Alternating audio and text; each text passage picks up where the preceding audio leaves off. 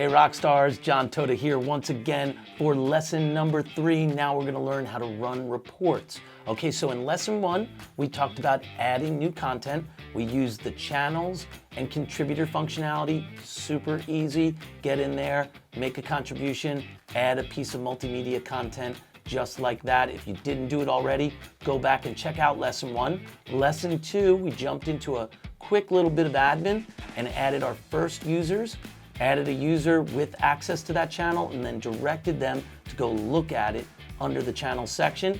Again, if you haven't done that yet, go check out lesson 2. Now we're on to the third lesson, which is where we're going to dive into the admin section and look at reporting to go and see our users actually looking at the content we're creating. So now let's dive into reporting. So real quickly, you can go up here right underneath your name in the profile, and you can very easily just go to show history, and this is a way to look at your own reporting transcript, the things that you're looking at yourself.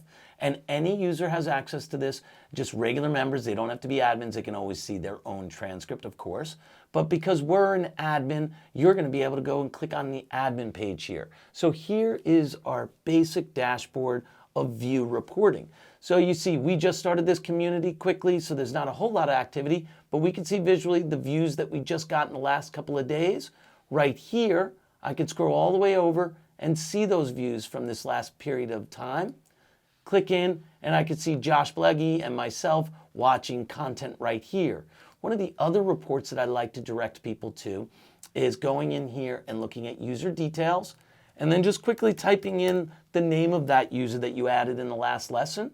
And then I can click in on Josh and see his full transcript. I can look at history, things that he's enrolled in, courses, sessions that he's looked at, and whether he's completed them or not. This is a great report. And for this very basic introduction to the platform, any one of those users that you just added in the last lesson, you can now go to user details, search for them right here, and go and get their information, make sure that they're looking at the content. So that's a really nice, quick introduction to reporting. And then if you want to dive a little deeper, there's lots of things in here. One of the ones I like is the completion report by sessions. This is where you can see how different sessions are comparing against each other. So if you put a few of those sessions in there as new contributions, share them with some of your users, you can go in here to the completion report by session and see which ones are getting viewed very easily against the other ones you have in the library. So why don't you go and take a quick look at reporting on your own community.